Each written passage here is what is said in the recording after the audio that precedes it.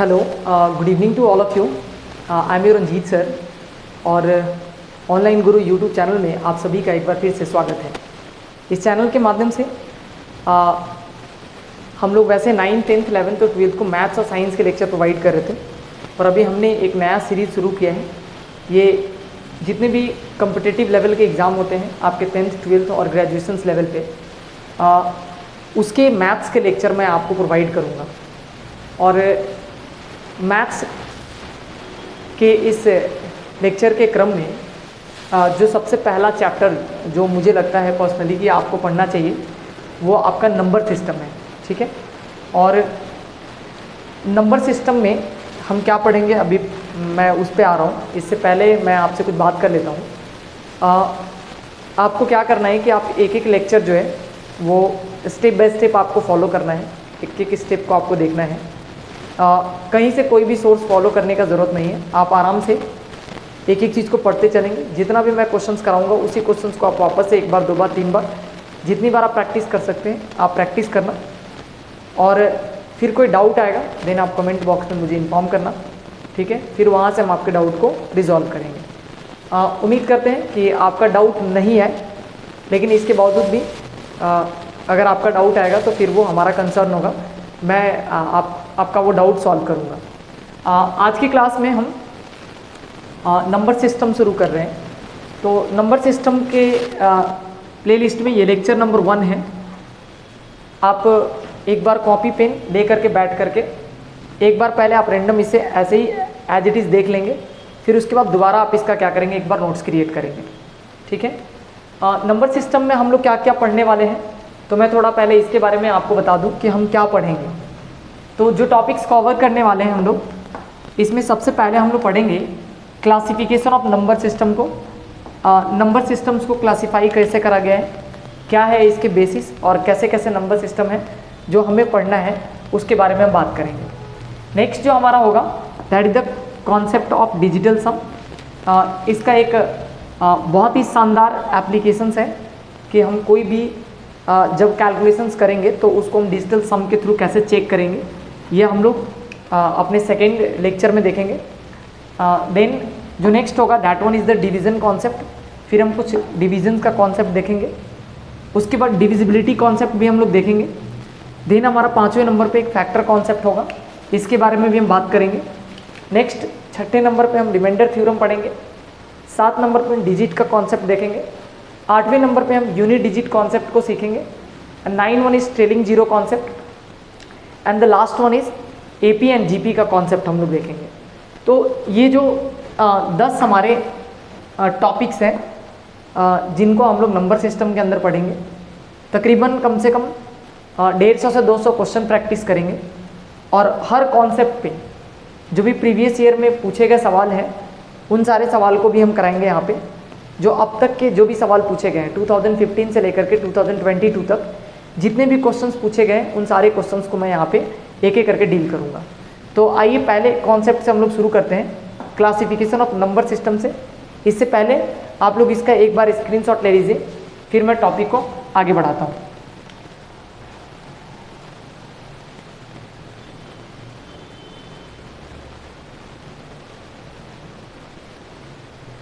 आइए देखते हैं क्लासिफिकेशन ऑफ नंबर सिस्टम को।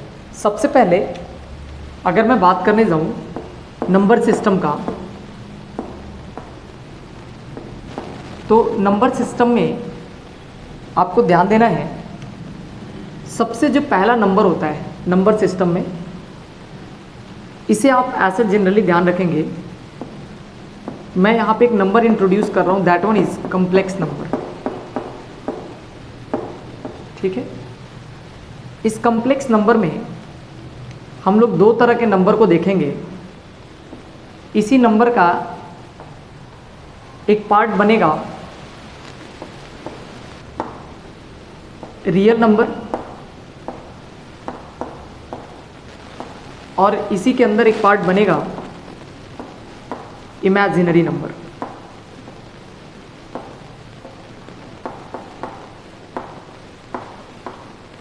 यहाँ से आपको पता है रियल नंबर को फर्दर हम लोग रेशनल और इरेशनल में क्लासिफाई करेंगे, rational number, and the next one is irrational number. Rational number में फर्दर हम लोग एक बार तो हम लोग देखेंगे रेशनल में इंटीजर को, और एक बार देखेंगे फ्रैक्शन को। ठीक है, फिर इंटीजर में हम लोग देखेंगे एक जिसमें हम लोग अगर बात कर ले तो हम इसके अंदर नेचुरल नंबर को देखेंगे, देन हम लोग होल नंबर को देखेंगे, नेचुरल नंबर और होल नंबर को हम लोग देखेंगे। ठीक है, इस नेचुरल नंबर के अंदर भी हम लोग देखेंगे जैसे ऑड नंबर क्या होता है, इवन नंबर क्या होता है, प्राइम नंबर क्या होता है, कंपोजिट नंबर क्या होता है, इन सब चीज़ों को हम लोग देखेंगे। तो सबसे पहले हम एक एक करके इन पे आए, आप इसका एक बार स्क्रीनशॉट ले लीजिए।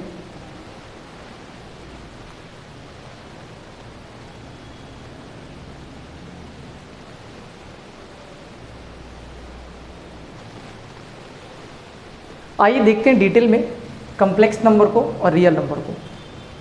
कम्प्लेक्स नंबर के लिए अगर कोई सबसे पहला पॉइंट आपको ध्यान रखना है तो आप ध्यान रखेंगे it can not be express, it can not be express on the number line, express on the number line, यानी कम्प्लेक्स नंबर को हम लोग नंबर लाइन पे रिप्रेजेंट नहीं कर पाते हैं। पहला पॉइंट तो ये ध्यान रखेंगे। इसका मतलब रियल नंबर को हम एक्सप्रेस कर सकते हैं, it can be express on the number line, यानी वो सारी की सारी वैल्यू जिसको हम नंबर लाइन पे रिप्रेजेंट कर पाते हैं वो हमारे कहलाते हैं रियल नंबर, और जो हम नंबर लाइन पे नहीं रिप्रेजेंट कर पाते हैं ऐसे नंबर कहलाते हैं हमारे कम्प्लेक्स नंबर। अगर मैं इसके बारे में सेकंड पॉइंट अगर मैं आपको बताऊं तो आप हमेशा याद रखना, कोई भी number, any number which can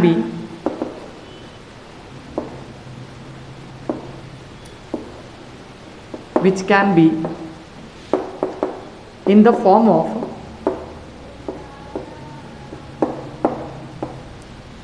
a plus b into i। यहाँ पे मैं आपको बताऊँ कम्प्लेक्स नंबर को वैसे जनरली हम लोग z से रिप्रेजेंट करते हैं, तो कोई भी जो नंबर होगा अगर वो a प्लस बी इंटू आई के फॉर्म में होगा तो ऐसे नंबर को हम लोग कम्प्लेक्स नंबर कहते हैं।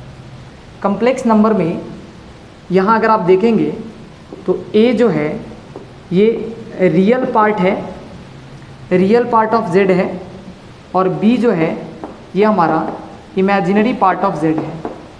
यानी किसी भी कम्प्लेक्स नंबर के दो पार्ट्स होते हैं।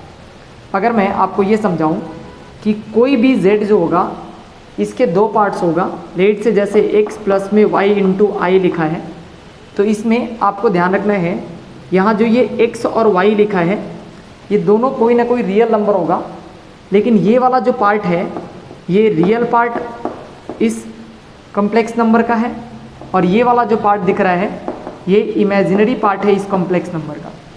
यानी कैसे पता लगेगा कि ये इमेजिनरी पार्ट है, तो जिधर ये आपको स्मॉल आई दिखेगा इसको हम लोग imaginary part of complex number कहेंगे, और जिसमें आपको ये आई नहीं दिखेगा वो real part of complex number कहलाएगा। अगर मैं आपको थोड़ा कम्प्लेक्स नंबर के बारे में और डिटेल में बताऊं तो आपको ध्यान रखना है, जैसे कुछ एग्जाम्पल से हम लोग इस चीज़ को समझने का प्रयास करते हैं। एग्जाम्पल की अगर मैं बात करूं तो जैसे 2 प्लस में 3 आयोटा, ये कोई कम्प्लेक्स नंबर होगा। अगर मैं सिर्फ लिख दूं 3 आयोटा, ये भी एक कम्प्लेक्स नंबर है क्योंकि हम इसको 0 प्लस में 3 आयोटा लिख सकते हैं। अगर मैं यहाँ पे कोई दूसरा एग्जाम्पल लिखूं, जैसे लेट से सिर्फ 5 लिखा हुआ है, तब भी हम इसको 0 प्लस में आयोटा के फॉर्म में लिख सकते हैं। यानी अगर मैं इस एग्जाम्पल के बारे में बात करूं और इस एग्जाम्पल के बारे में बात करूं तो आप ध्यान से देखो, इस क्वेश्चंस में एक रियल पार्ट दिख रहा है। अगर आपसे पूछा जाएगा कि रियल पार्ट ऑफ z क्या है इस क्वेश्चन में, तो वो 2 है, और इमेजिनरी पार्ट ऑफ z क्या है, तो वो 3 है।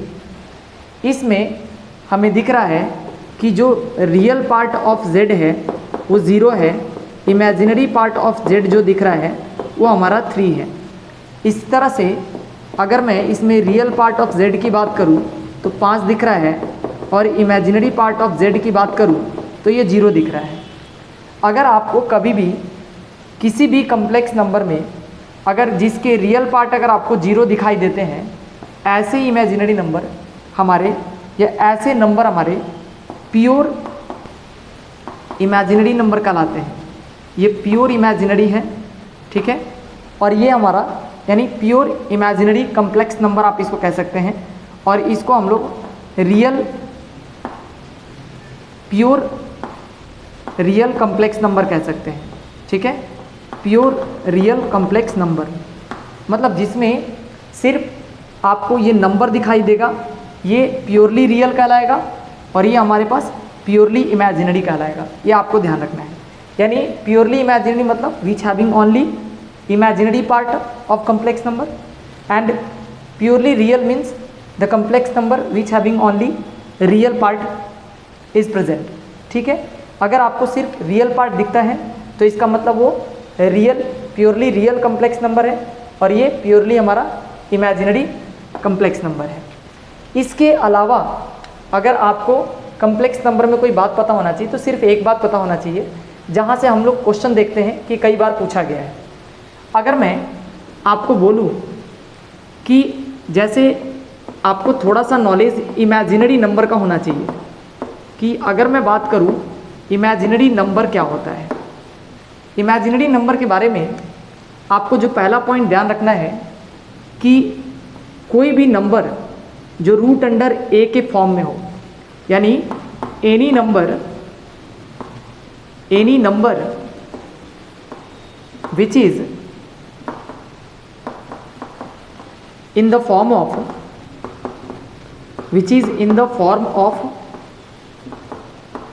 root under minus a, not a, root under minus a, root under minus a के फॉर्म में अगर कोई भी नंबर आपको दिखाई देता है, वही नंबर हमारा कहलाता है इमेजिनरी नंबर। यानी आप ध्यान दो, जैसे यहाँ पे आपको याद रखना है where a is any real number, a हमारा कोई भी रियल नंबर हो सकता है, ठीक है। अगर मैं आपको ये बताऊं, जैसे रूट के अंदर आप लिखते हैं -2, रूट के अंदर माइनस का 3, रूट के अंदर माइनस का 5, रूट के अंदर माइनस का 4, रूट के अंदर माइनस का 9, कोई भी नंबर आप लिख सकते हैं। अगर रूट के अंदर वो माइनस के फॉर्म में दिख रहा है तो इसका मतलब वो नंबर जो होगा वो एक इमेजिनरी नंबर होगा। कैसे? इसी को हम लोग अगर देखें तो हम इसको ऐसे लिख सकते हैं, जैसे रूट के अंदर आप ऐसे इसको 2 इंटू का -1 लिख सकते हैं, इसको आप रूट के अंदर 3 इंटू में -1 लिख सकते हैं, इसको रूट के अंदर आप 5 इंटू में -1 लिख सकते हैं, इसको रूट के अंदर 4 इंटू में आप -1 लिख सकते हैं, इसको रूट के अंदर आप 9 इंटू में -1 लिख सकते हैं। यहाँ से अगर मैं इसको चाहूँ तो रूट के अंदर 2 इंटू में रूट के अंदर -1 लिख सकता हूँ। सिमिलरली हम रूट के अंदर 3 इंटू में रूट के अंदर -1 लिख सकते हैं। उसी तरीके से रूट के अंदर 5 है और इंटू में रूट के अंदर -1 लिखा हुआ है, ठीक है। उसी तरीके से रूट के अंदर यहाँ 4 है और इनटू में रूट के अंदर -1 है, और उसी तरीके से रूट के अंदर 9 है और इनटू में रूट के अंदर -1 है। ठीक है, तो जनरली क्या है कि आपको एक नंबर याद रखना है, कभी भी अगर आपको फोटो में रूट अंडर -1 दिख जाए तो इसके लिए हम लोग एक सिंबल का यूज़ करते हैं, और ये सिंबल छोटा सा आई कहलाता है, और इसी को हम लोग आयोटा जानते हैं, है ना। ये आयोटा जस्ट लाइक का एक सिंबल है जिसकी वैल्यू रूट अंडर -1 होता है। तो आपको देखते ही ये चीज़ समझ में आ गया होगा कि यहाँ जो रूट अंडर 2 लिखा है इसके जगह पे आप √2 लिखेंगे, और इसके जगह पे आपको आयोटा लिखना है, ऐसे आई लिखना है। उसी तरीके से आप इसके जगह पे √3 और इसके जगह पे आप ऐसे आयोटा लिखेंगे।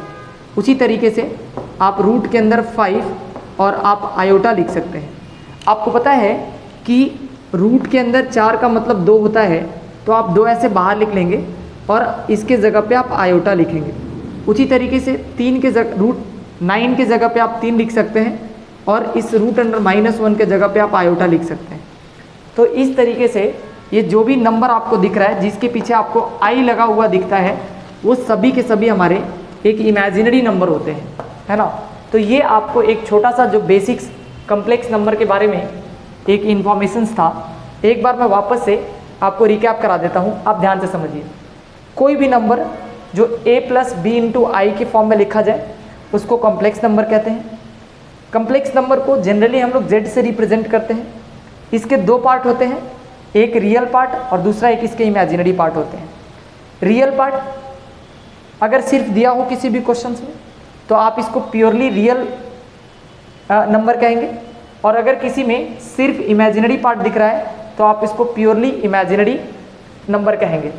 तो इस तरीके से हो सकता है कि एक कॉम्प्लेक्स नंबर में रियल पार्ट भी हो और इमेजिनरी पार्ट भी हो, अदरवाइज सिर्फ रियल पार्ट हो या इमेजिनरी पार्ट हो। तो बस आपको ये चीज़ ध्यान में रखना है।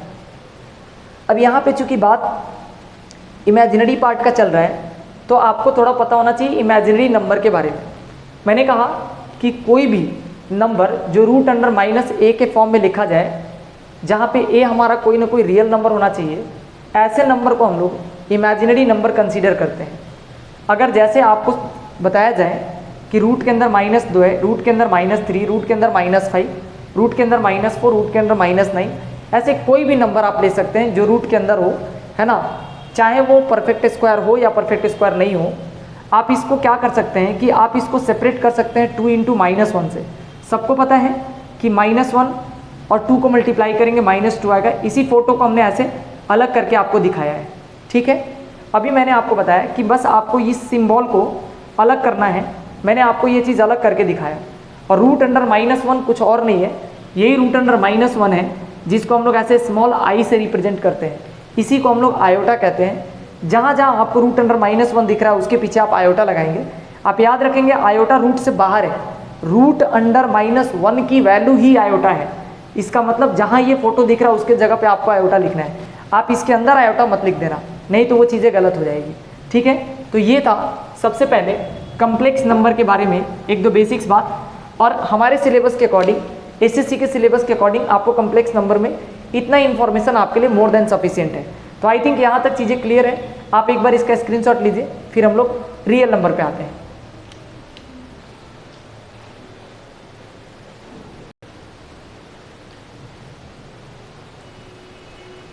आइए देखते हैं रियल नंबर को। रियल नंबर मैंने पहले कहा कि विच can be express on the number line. ऐसे कोई भी नंबर जिसको हम नंबर लाइन पे एक्सप्रेस कर सकते हैं वो सभी के सभी हमारे रियल नंबर होते हैं। अगर मैं एग्जांपल के तौर पे देखूँ तो 2 को हम आसानी से नंबर लाइन पे रिप्रेजेंट कर सकते हैं। आप 1.5 लिख सकते हैं, आप -3/4 लिख सकते हैं, आप यहाँ पे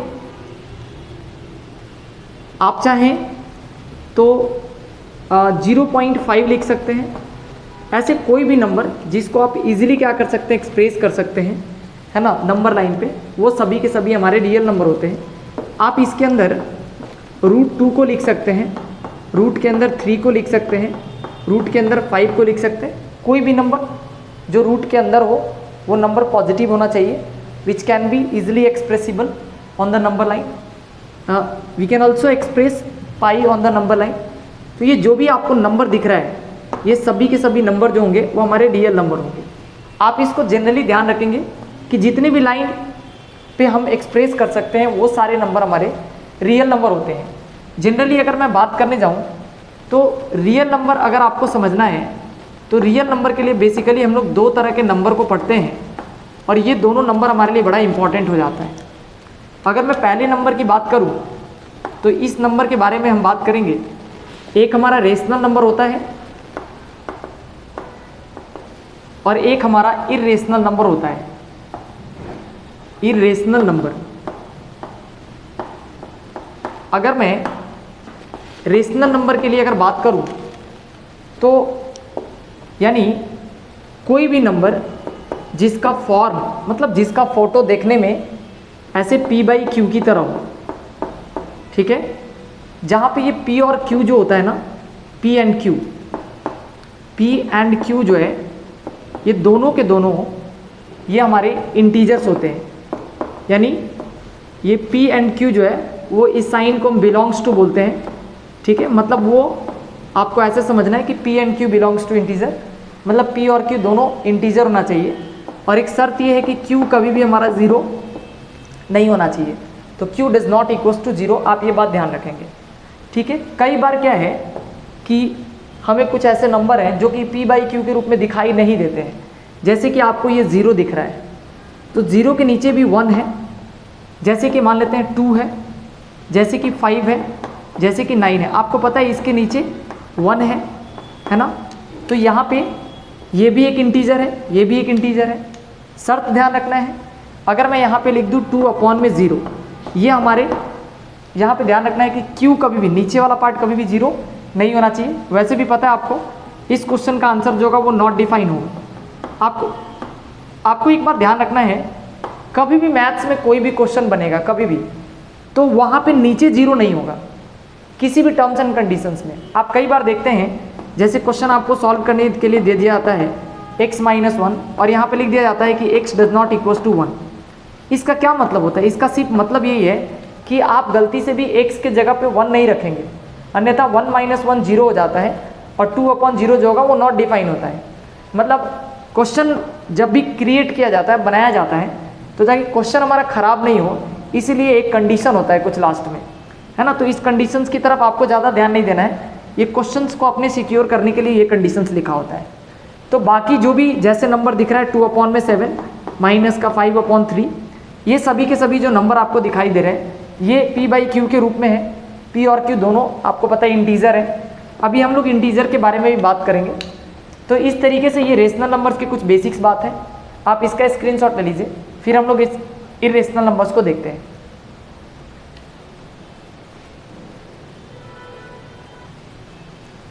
इससे पहले हम लोग रेशनल नंबर को छोड़कर इरेशनल पे मूव करें, पहले रेशनल नंबर के अंदर जितने भी हम लोग नंबर्स को पढ़ सकते हैं उनको हम लोग देखते हैं। इसमें हम सबसे पहले बात करेंगे इंटीजर के बारे में, ठीक है। इंटीजर के बारे में बेसिकली आपको समझना है, ये इंटीजर जो होता है ये हमारे बेसिकली 3 तरह के होते हैं। एक जिसको हम लोग पॉजिटिव इंटीजर कहते हैं, पॉजिटिव इंटीजर। नेक्स्ट होता है हमारा नेगेटिव इंटीजर, ये हमारा होगा नेगेटिव इंटीजर। और एक जो होता है 3rd नंबर पे 0, ये भी हमारा एक इंटीजर होता है। अगर मैं यहाँ से आपको एक चीज़ समझाऊँ, आप ध्यान देना।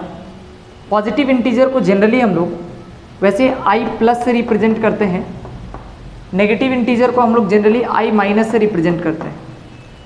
0 एक सेपरेट एक यूनिक इंटीजर है, आप ध्यान रखेंगे।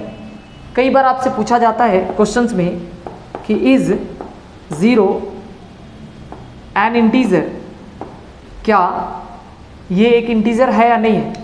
तो आपको यस कहना है कि यस 0 एक इंटीजर है, ठीक है। हाँ, आपसे पूछेगा क्वेश्चन नंबर कि आर,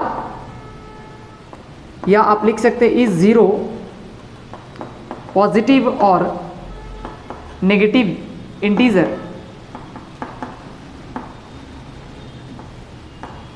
क्या 0 पॉजिटिव इंटीजर है या नेगेटिव इंटीजर है, क्वेश्चन के फॉर्म में ऐसे आएगा। तो आप ध्यान रखेंगे 0 वो ना ही पॉजिटिव है ना ही नेगेटिव है। तो ध्यान रखेंगे आप इसके आंसर में कि हाँ 0 is neither positive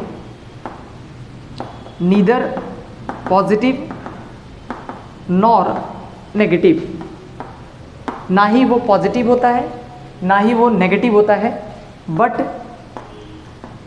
it is an integer. आप ध्यान रखेंगे ये एक इंटीजर होता है, आप उसको इंटीजर कंसीडर करेंगे 0 को, ठीक है। अगर मैं इस चीज़ को नंबर लाइन पे अगर दिखाऊं आपको, तो आप ध्यान रखेंगे इंटीजर के लिए आप इसको क्या कर सकते हैं, जैसे यहाँ पे आप 0 मार्क करेंगे, इसके आगे आप 1 2 3 4 5 एंड सो ऑन ऐसे लिख सकते हैं अप टू इन्फिनिटी तक। उसी तरीके से अगर हम इधर आए माइनस का 1 माइनस का 2 माइनस का 3 माइनस का 4 ऐसे अप टू माइनस इन्फिनिटी तक लिख सकते हैं। आप ध्यान रखेंगे अगर मैं आपसे पूछूंगा यहाँ पे कि आप मुझे बताओ 2/3 क्या कोई इंटीजर है, नहीं ये इंटीजर नहीं, ये फ्रैक्शन है। 1.2 क्या ये कोई इंटीजर है, नहीं। इंटीजर आपको ध्यान रखना है जो चीज़ आपको दिखाई दे रहा है नंबर लाइन पे, जैसे 0 1 2 3 4 5 एंड सो ऑन, -1 -2 -3 -4, ये सब इंटीजर होता है। एक बार वापस मैं बेसिक से रिपीट कर रहा हूँ, जैसे 1 2 इसके अंदर भी वैल्यू है 1.2 1.3 1.4, बट वो जो नंबर है वो इंटीजर नहीं है। इंटीजर जिसको हम नंबर लाइन पे ऐसे रिप्रेजेंट कर पा रहे हैं, दिखा पा रहे हैं, ये सभी के सभी इंटीजर होते हैं। बाकी सब ये जो नंबर है ये हमारे फ्रैक्शन कहलाते हैं, ठीक है। तो आपको ये इंटीजर्स के बारे में कुछ बेसिक्स बात है जहाँ से क्वेश्चन बन सकते हैं छोटे छोटे, वो मैंने आपको यहाँ पे क्लियर करा। आगे देखते हैं रेशनल नंबर के क्रम में अगर इंटीजर्स के साथ हम लोग कुछ दूसरे तरह के नंबर को देखें, जैसे आपको पता है अगर मैं बात कर लूँ नेचुरल नंबर के बारे में, ठीक है। तो नेचुरल नंबर आपको पता है ये नंबर जैसे कि 1 2 3 4 5 एंड सो ऑन, ये सारे के सारे नंबर नेचुरल नंबर कहलाते हैं। उसके अलावा अगर हम बात कर लूँ होल नंबर का, तो आपको पता है होल नंबर के केस में ये नंबर 0 से शुरू होता है, 0 1 2 3 4 5 एंड सो ऑन। इस तरीके से ये काउंटिंग कंटिन्यू चलता रहता है इन्फिनिटी तक। इसके अलावा अगर हम लोग नेचुरल नंबर के अंदर देखें तो हम लोग कुछ विशेष तरह के नंबर को देख सकते हैं, इसके बारे में मैं आपको बताता हूँ। इससे पहले आप इसका एक बार स्क्रीनशॉट ले सकते हैं।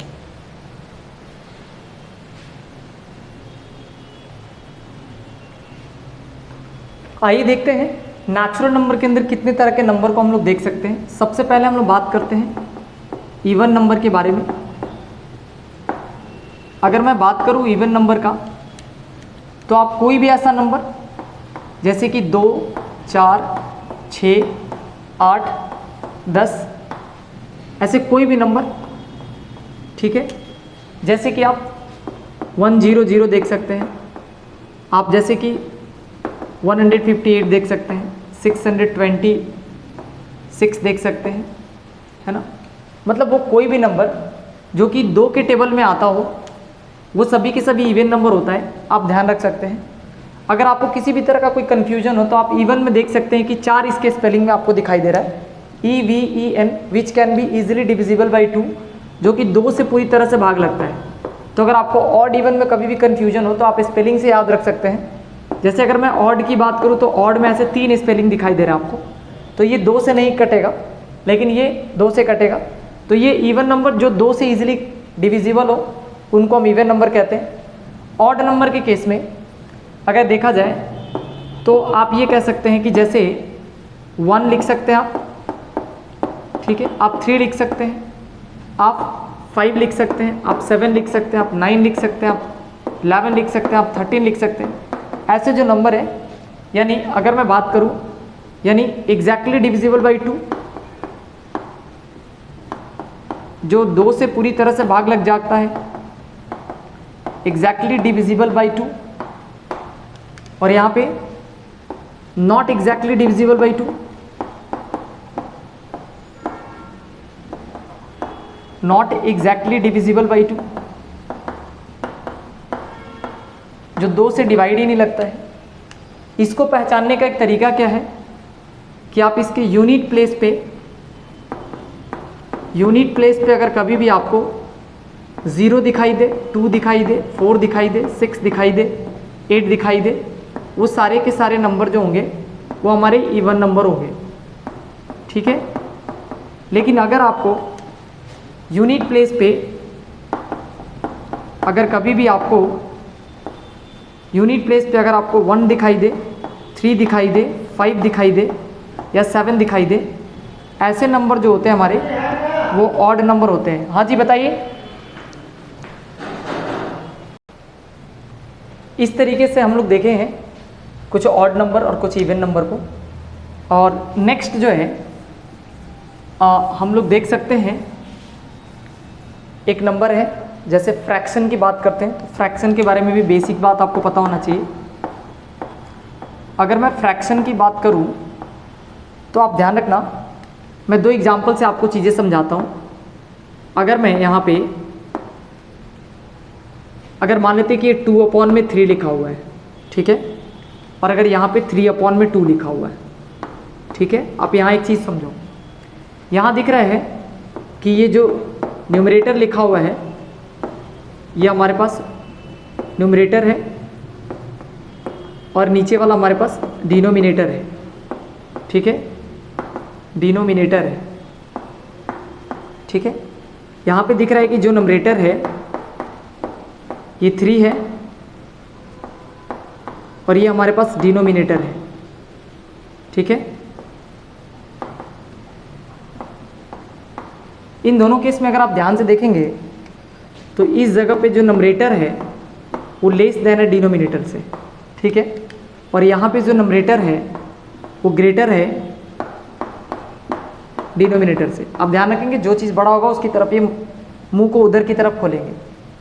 तो अगर कोई भी अगर फ्रैक्शन में न्यूमरेटर अगर लेस देन इट्स डिनोमिनेटर होगा, आप ध्यान रखेंगे कि अगर न्यूमरेटर लेस देन डिनोमिनेटर होगा, this one is the proper fraction. इसको हम लोग प्रॉपर फ्रैक्शन के नाम से जानते हैं। ये हमारा प्रॉपर फ्रैक्शन कहलाता है और ये हमारा इम्प्रॉपर फ्रैक्शन कहलाता है। इम्प्रॉपर फ्रैक्शन यानी आप इसको ऐसे ही समझेंगे कि the fraction in which numerator is less than its denominator, that fraction is known as proper fraction. If a fraction having numerator is greater than its denominator, that fraction is known as improper fraction.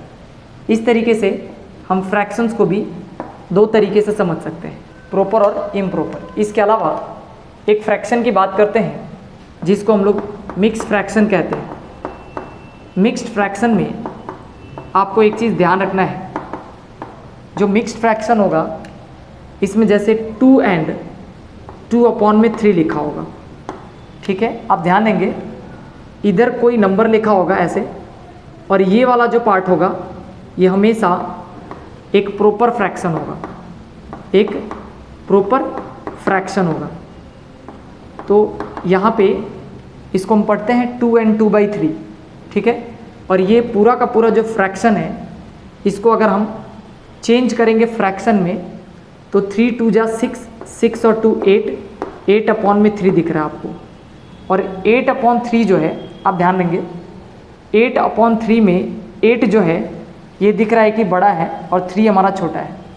अगर numerator की value बड़ी होती है denominator से तो ये बन जाता है एक इम्प्रॉपर फ्रैक्शन, ये हमारा इम्प्रॉपर फ्रैक्शन बनता है। यानी आप इसको इस तरीके से मिक्स फ्रैक्शन से एक फ्रैक्शन बना सकते हैं, ठीक है। 3 2 जा 6, 6 + 2 दैट इज़ 8/3। बहुत बेसिक बात है। फ्रैक्शन में हम लोग देखें 3 तरह के फ्रैक्शन, एक प्रॉपर फ्रैक्शन, एक इम्प्रॉपर फ्रैक्शन और तीसरा मिक्स फ्रैक्शन। आप इसको एग्जाम्पल से समझें, ठीक है। और नेक्स्ट आते हैं हम लोग इसके बाद। पहले आप इसका एक बार स्क्रीनशॉट लीजिए, फिर हम लोग इसके आगे का लेक्चर देखते हैं। आइए नंबर सिस्टम में हम लोग देख रहे हैं अभी नंबर्स को, कितने तरह के नंबर्स हमारे इस चैप्टर में डिस्कस हो रहे हैं ये हम लोग देख रहे हैं। अभी हमने फ्रैक्शंस को देख लिया। फ्रैक्शन के बाद आपको जो नंबर देखना है, हम बात करते हैं एक बहुत इम्पॉर्टेंट नंबर, प्राइम नंबर। ठीक है, प्राइम नंबर को आप ध्यान रखेंगे, यहाँ से बहुत सारे सवाल बन रहे हैं आजकल। प्राइम नंबर का मतलब हुआ यानी the number which is divisible by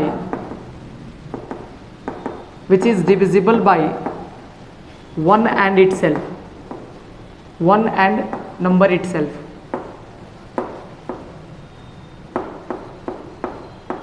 यानी जो एक के टेबल में आता हो और खुद के टेबल में आता हो, ऐसी संख्याओं को हम लोग प्राइम नंबर के नाम से जानते हैं। अगर मैं छोटे सेंटेंस में अगर मैं इस बात को समझाऊं तो आप याद रखना, यानी which having only two factors, जिसके सिर्फ दो फैक्टर हो, एक फैक्टर उसका 1 होना चाहिए और दूसरा फैक्टर वो खुद होना चाहिए, यानी इटसेल्फ होना चाहिए, इटसेल्फ। ठीक है, आप ध्यान रखेंगे यहाँ पे कि कोई भी नंबर जिसके दो फैक्टर होंगे, एक 1 और वो खुद होगा, ऐसी संख्याओं को हम लोग प्राइम नंबर कहते हैं। प्राइम नंबर के केस में आपको कुछ कुछ इम्पॉर्टेंट बात याद रखना है, जैसे कि 2 जो है वो सबसे स्मॉलेस्ट इवन प्राइम नंबर होता है। स्मॉलेस्ट इवन प्राइम नंबर सबसे यूनिक नंबर है पूरे प्राइम नंबर में, कि एकमात्र नंबर है 2 जो कि इवन प्राइम है। अदरवाइज कोई भी नंबर जो प्राइम होगा वो इवन नहीं होगा। ठीक है, अगर मैं आपको बोलूँ, यहाँ ध्यान रखना है, जैसे 3 है, जैसे 5 है, 7 है, 13 है, उसी तरीके से 17 है, 19 है, 23 है, उसी तरीके से 29 है, 31 है, एंड सो ऑन। इस तरह के जितने भी नंबर होते हैं ये सभी के सभी प्राइम नंबर कहलाते हैं, क्योंकि ये सिर्फ एक तो 3 के टेबल में आते हैं और एक तो 1 के टेबल में आते हैं। मतलब 3 1 जा 3 और यहाँ पे 1 3 जा 3, आपको पता है ये 3 आएगा। उसी तरीके से 5 को देखा जाए तो 5 1 के टेबल में आता है, या तो वो खुद के टेबल में आ रहा है, खुद के टेबल में आपको दिख रहा है और 1 के टेबल में दिख रहा है। ऐसे नंबर जो होते हैं वो हमारे प्राइम नंबर्स होते हैं।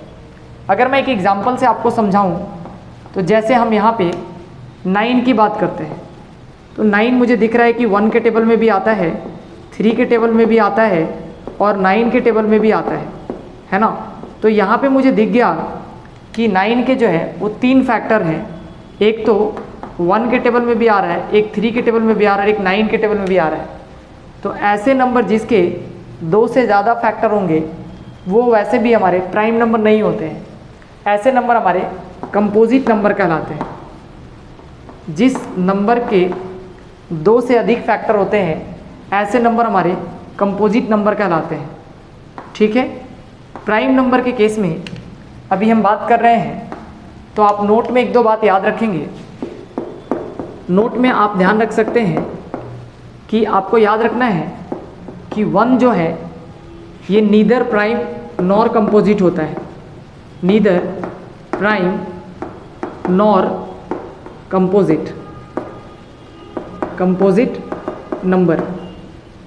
1 एकलौता एक ऐसा नंबर है जो कि ना ही प्राइम और ना ही कंपोजिट होता है। अगर नोट के सेकेंड पॉइंट में देखेंगे तो आप याद रखेंगे, अगर 1 से लेकर के 50 तक के अंदर में आपसे पूछा जाए, 1 से लेकर के लेट से 100 तक के बीच में अगर आपसे पूछा जाए कि कितने प्राइम नंबर्स हैं, तो प्राइम नंबर की जो संख्या है बिटवीन 1 to 100 वो हमारे 25 है। 25 prime numbers are lies between 1 to 100, 1 से लेकर के 100 तक के बीच में 25 प्राइम नंबर है। और इसके लिए जो तीसरा इंपॉर्टेंट बात है वो ये है कि अगर 1 से लेकर के 50 तक में अगर पूछा जाए तो इसमें 15 प्राइम नंबर्स होते हैं, 15 प्राइम नंबर्स होते हैं, ठीक है। और अगर यहाँ से 4th पॉइंट अगर पूछा जाए तो अगर 52 अगर 100 पूछा जाए तो आपको पता है टोटल 25 है, 15 तो 1 से 50 में है। इसका मतलब ये हुआ कि इसके अंदर 10 प्राइम नंबर होते हैं, ठीक है। तो ये 10 प्राइम नंबर्स होते हैं जो कि हमारे 50 to 100 के बीच में लाइज करते हैं, ठीक है। ये आपको 2-3 फैक्ट्स याद रखना है प्राइम नंबर के बारे में, ठीक है। बेसिकली आप इसमें से सिर्फ ये बात याद रखेंगे कि सिर्फ इसके 2 फैक्टर होते हैं, एक 1 और एक इटसेल्फ। आजकल प्राइम नंबर पे बहुत क्वेश्चंस आ रहे हैं, तो प्राइम नंबर्स के बारे में भी हम आगे चल के बात करेंगे।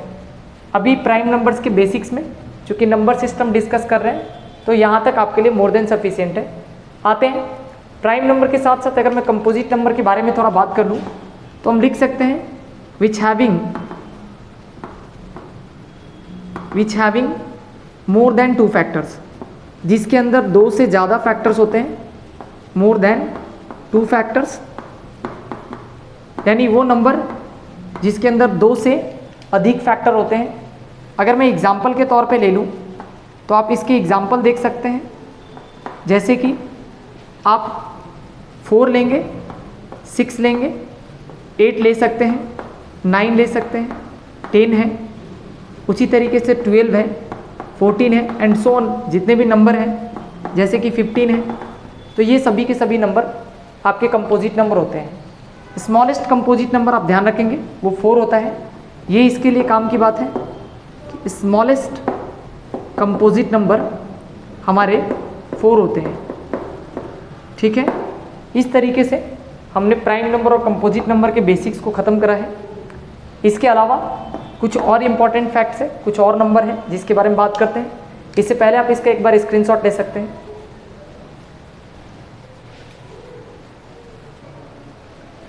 आइए देखते हैं, यहाँ 2 बेसिक तरह के नंबर हैं जिसके बारे में हमें बात करना है। ट्विन प्राइम पहले से आप लोगों ने सुन रखा होगा।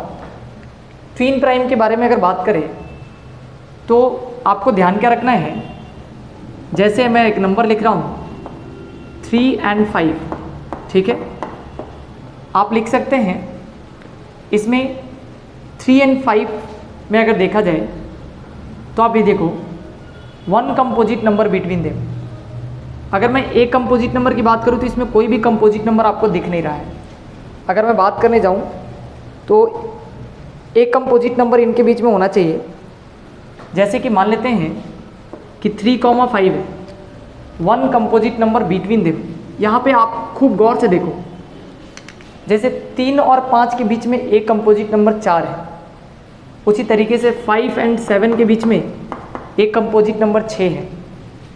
उसके बाद आप 7 और 9 के बीच में अगर आप बात करोगे तो 9 अपने आप में एक कंपोजिट नंबर है, ठीक है। यहाँ पे एक चीज़ समझो, 7 और 9 के बीच में आपका आता है एक, हम नंबर ले सकते हैं 8, या मैं 9 और 11 की अगर बात करूँ, ठीक है, 11 और 13 की बात करूँ, इन सब के बीच में आपको एक कंपोजिट नंबर दिखाई दे रहा है। आप ध्यान रखेंगे इसमें जो सबसे इम्पॉर्टेंट बात है वो क्या है कि इनके बीच का जो डिफरेंस होता है वो हमेशा 2 होता है। अगर आप 5 में से 3 को सब्ट्रैक्ट करोगे 2 आएगा, अगर आप 7 में से 5 को सब्ट्रैक्ट करोगे 2 आएगा, 11 में से 9 को सब्ट्रैक्ट करोगे 2 आएगा, 13 में से 11 को सब्ट्रैक्ट करोगे 2 आएगा। यानी आपको ध्यान रखना है कि कोई भी 2 नंबर आप ले सकते हैं, उन 2 नंबर के बीच में हमेशा एक कंपोजिट नंबर लाइज होना चाहिए और इनके बीच का जो डिफरेंस होना चाहिए वो 2 होना चाहिए। ऐसे नंबर को हम लोग ट्विन प्राइम कहते हैं। इसी ट्विन प्राइम को कई बार क्वेश्चंस में प्राइम पेयर्स के नाम से भी पूछ लेते हैं, प्राइम ट्विन भी बोलते हैं, और ट्विन प्राइम तो आपको पता ही है। ये हमारे कुछ बेसिक्स यहाँ पे एग्जाम्पल्स हैं जिससे आप ये समझ सकते हैं कि ट्विन प्राइम क्या होता है। अगर मैं बात करूँ रिलेटिवली प्राइम का क्या मतलब होता है, तो आप कोई भी अगर आप कंसेक्यूटिव नंबर अगर आप सेलेक्ट करते हो, जैसे मैं 3 और 4 की बात करूँ, मैं 4 and 5 की बात करूँ, मैं 5 एंड 6 की बात करूँ, है ना, अगर मैं लेट से 1 एंड 7 की बात करूँ, लेट से अगर मैं 1 7 9 की बात करूँ, मतलब वो सारे के सारे नंबर जिनके बीच में सिर्फ एक ही नंबर कॉमन फैक्टर हो सकता है और वो हो सकता है 1। आपको पता है कि 1 7 9 में अगर देखा जाए तो ये भी 1 के टेबल में आता है, ये भी 1 के टेबल में और ये भी 1 के टेबल में ही आ रहा है। बाकी कोई भी ऐसा नंबर नहीं है जो 1 के अलावा इनमें आपस में कॉमन हो। ऐसे नंबर को हम लोग रिलेटिवली प्राइम कहते हैं। ठीक है, ये सारे के सारे नंबर जो होते हैं वो हमारे रिलेटिवली प्राइम होते हैं। इस तरीके से हमने देखा ट्विन प्राइम, रिलेटिव प्राइम। एक दो नंबर और हैं जिसके बारे में हम डिस्कस करते हैं। आप इसका एक बार स्क्रीनशॉट ले लीजिए, ये कुछ एग्जाम्पल्स हैं। ठीक है,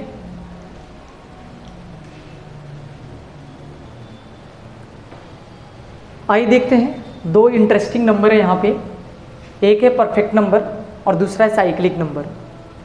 मैथ्स में परफेक्ट नंबर का मतलब ये होता है कि कोई भी नंबर आप ले सकते हैं, जैसे कि आपको यहाँ पे दिख रहा है 6, 28, 496, ये 8128। यहाँ पे ये जो भी नंबर आपको दिख रहे हैं, आप एक बार इसका पहले लेट से फैक्टर्स निकालिए। जैसे अगर मैं बात करूँ 28 का जो फैक्टर होगा 1 के टेबल में भी आता है, 2 के टेबल में भी आता है, और ये हमारे पास 4 के टेबल में भी आता है, फिर ये 7 के टेबल में भी आता है, फिर ये 14 के टेबल में भी आता है, और फिर ये 28 के टेबल में भी आता है। मतलब अगर मैं 28 के फैक्टर की बात करूँ तो 1, 2, 4, 7, 14 एंड 28। इसमें से आपको क्या करना है, 28 को यहाँ से कट कर देना है, और जो भी इसके फैक्टर हैं उन सभी फैक्टर को आपको ऐड कर देना है आपस में। जैसे आप ऐड करोगे तो आप देखोगे यहाँ पे 2 और 1 3 हो गए, 3 और 4 7 हो गए, 7 और 7 14 हुआ, 14 और 14 को ऐड करेंगे तो वो 28 आएगा। मतलब परफेक्ट नंबर का मतलब ये हुआ कि ऐसा नंबर जिसके फैक्टर्स को आपस में सम करने के बाद अगर मुझे एग्जैक्टली वही नंबर मिलेंगे तो वो हमारे कहलाएंगे परफेक्ट नंबर। जैसे कि a perfect number n is a positive integer. ध्यान रखेंगे, आप जो भी नंबर लेंगे वो नंबर पॉजिटिव होना चाहिए, which is equal to the sum of its factor.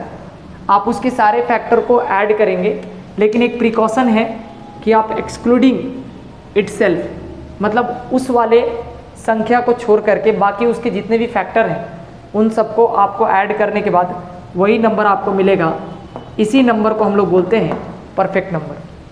Next अगर मैं बात करूं साइक्लिक नंबर के केस में, साइक्लिक नंबर के बारे में अगर मैं आपको बताऊं तो आप ज़रा ध्यान देना। एक एग्जांपल से मैं आपको साइक्लिक नंबर समझाता हूं।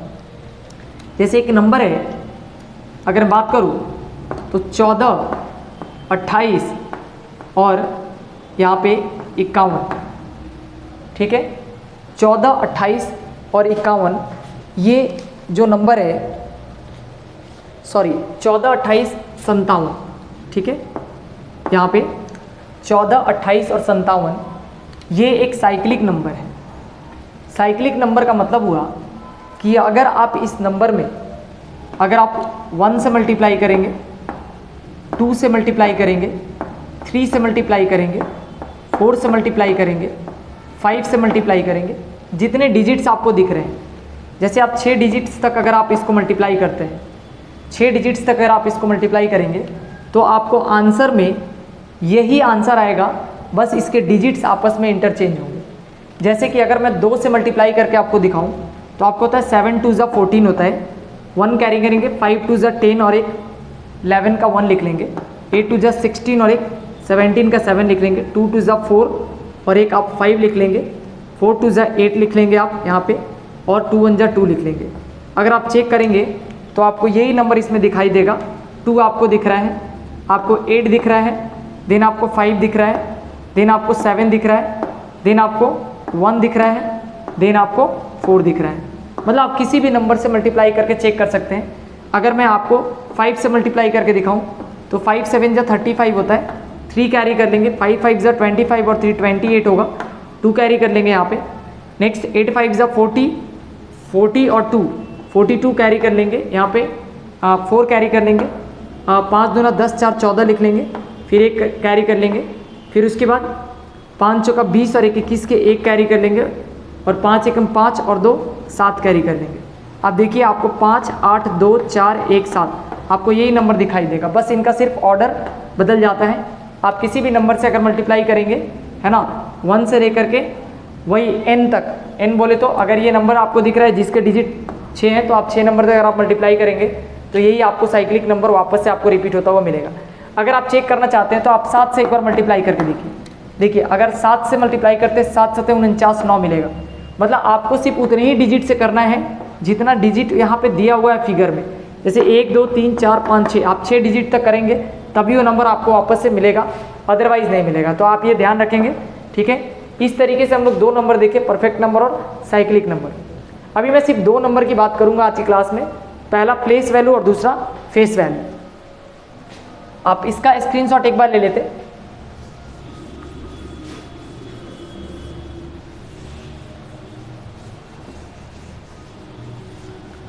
अगर मैं आपको बताऊं सेकेंड लास्ट नंबर है ये, that one is place value और एक हम बात करेंगे फेस वैल्यू, ठीक है। नंबर सिस्टम में ये 2 आखिरी नंबर के बारे में बात होगा। जैसे मान लेते हैं कि एक एग्जांपल से इसको समझते हैं हम लोग। जैसे मान लेते हैं 678 लिखा हुआ है और इसमें अगर आपसे पूछ ले प्लेस वैल्यू ऑफ 7 का प्लेस पूछा जाएगा तो 7 आपको पता है 70 के प्लेस पे है। 6 का प्लेस वैल्यू पूछा जाएगा तो 6 इंटू आप 100 करेंगे, मतलब ये 600 के प्लेस पे दिख रहा है। यहाँ पे 7 इंटू का 10 आप कर सकते हैं 70, है ना। और उसी तरीके से 8 का अगर प्लेस वैल्यू पूछा जाएगा तो ये यूनिट प्लेस पे है, तो ये यूनिट प्लेस पे है। ये हमारे पास टेंस प्लेस पे है और ये हमारे पास 100 प्लेस पे है, ठीक है। तो ये इस तरीके से हम लोग इसको लिख सकते हैं, है ना। अगर ये नंबर देखेंगे कि कैसे बना है तो 600 प्लस में 70 और प्लस में 8 बना है, दैट इज 678। अगर इसी क्वेश्चन में आपसे पूछ ले कि आप 7 का फेस वैल्यू बताओ, है ना, यानी अगर in number 678 what is the face value of face value of 7 का फेस वैल्यू 7 ही होगा, आपको ध्यान रखना है। 6 का अगर फेस वैल्यू पूछा जाता है तो 6 ही होगा।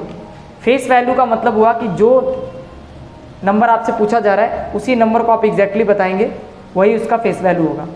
उम्मीद करते हैं कि आज के इस नंबर सिस्टम के क्लास में हमने जितने भी नंबर के बारे में बात करा है आप उसको एक बार 2 बार देख करके अपना सेल्फ नोट्स प्रिपेयर करेंगे और इसके बाद हम लोग नंबर सिस्टम से रिलेटेड कुछ क्वेश्चंस लेकर के आएंगे, ठीक है। अगले क्लास में हम कुछ ट्रिक्स सीखेंगे और कुछ हम लोग इससे रिलेटेड क्वेश्चंस करेंगे। Good day, see the next class, bye bye, thank you.